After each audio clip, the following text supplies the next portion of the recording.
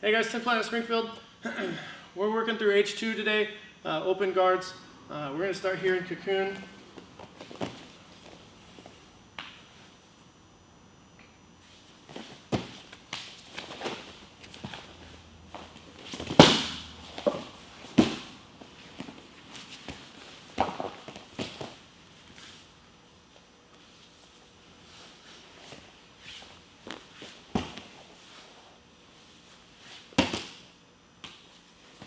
Alright guys, so we're here, we're going to start in Cocoon. So butterfly guard, I've got an overhook on the far side and collar tie on the opposite side here.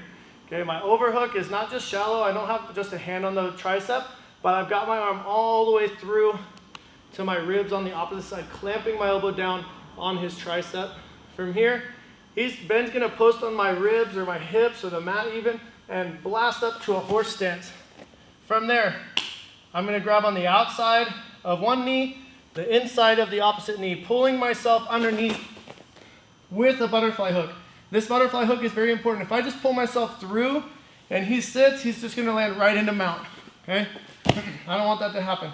So as I pull myself through, I keep that butterfly hook, my hand slides down to the ankle, and then my opposite leg, my knee stays out and my toes come in to his hip. So my legs are making an X, but they're not actually touching. All right, I've got one up by his hip and one down low at the base of his hamstring.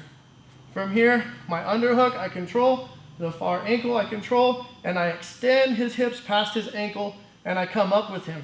Right, so here I put my foot underneath of my butt so I can drive my hips forward and staple his leg on the far side, on the side that I was controlling the ankle. So as we can see with that momentum, I've got the ankle, I've got the knee. I pull my foot from his hip to the mat, and I hip up and staple the far leg, rotating through to twister side control. Cupping the back of the knee, I'm going to invert over the top. I'm going to make my arm go straight here and roll right to my shoulders.